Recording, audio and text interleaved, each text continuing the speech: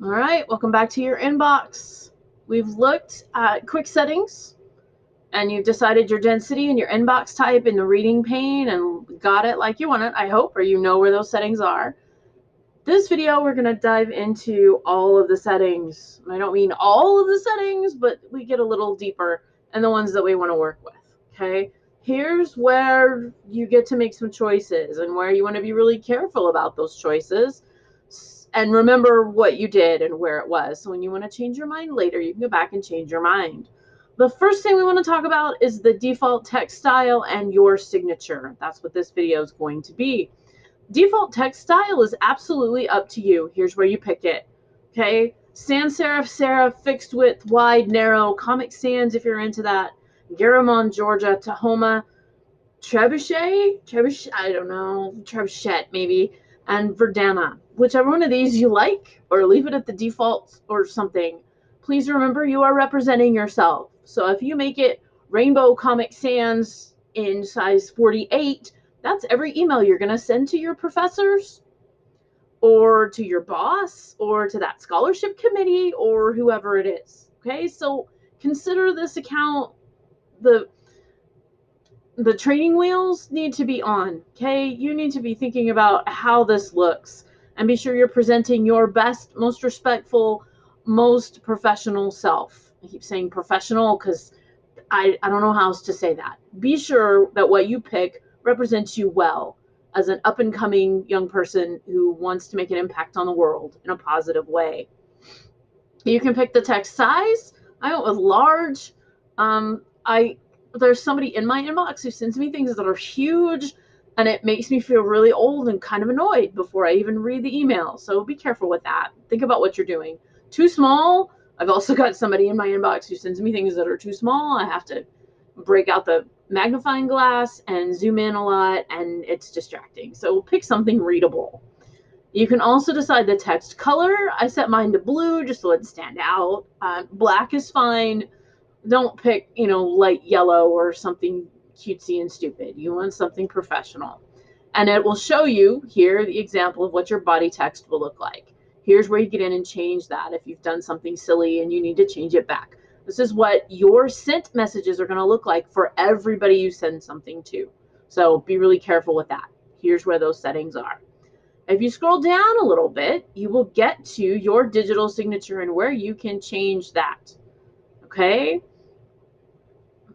My digital signature looks a couple of different ways. After I got married, I put in my previous last name and my current last name. Here's what I do. Here's where this is. This is not me anymore. This is not my signature, right? If I go here, here's my signature. All right? This is what I've got right now.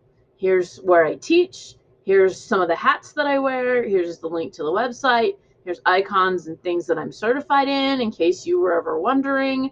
I made all of those changes right here. Pick your font, same font choices. You can change every line if you want to.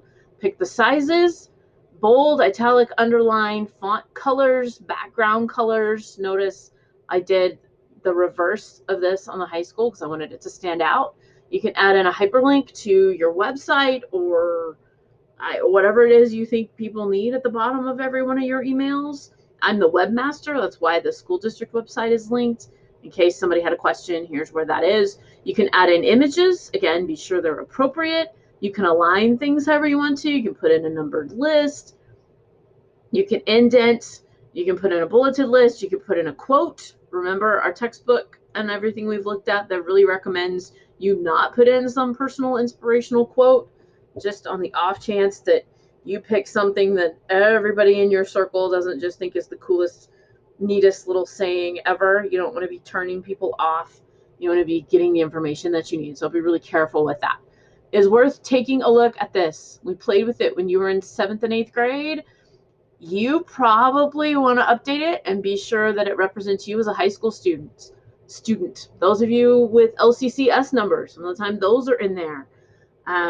Other information that needs to be at the bottom of every email. Be sure that you're comfortable with that information being on everything because it's automatically going to happen. Okay? You can also set the signature defaults For new emails, use my signature, whichever one you're talking about. I want to be sure I'm using the right one, not the one where I taught at the middle school because I'm not there anymore. On reply or forward, what do you want to have used? Maybe you don't want one at all. I keep my name on everything so there's no question about what's happened or what I said or who it came from. Okay, so take a minute. Be sure that your default text style is something professional that you would like to look at if you were receiving it, and that your signature is something that does everything it can to represent you and your interests and your memberships and the organizations you represent and what you're about. Once you've got those things set, you're going to scroll all the way down to the bottom and you'll click on Save Changes. After you've saved changes, you are good to go. Next up, we will look at a couple of other settings in here, including my favorite, Reply All. So be sure and look at the text that you've got outgoing in your inbox.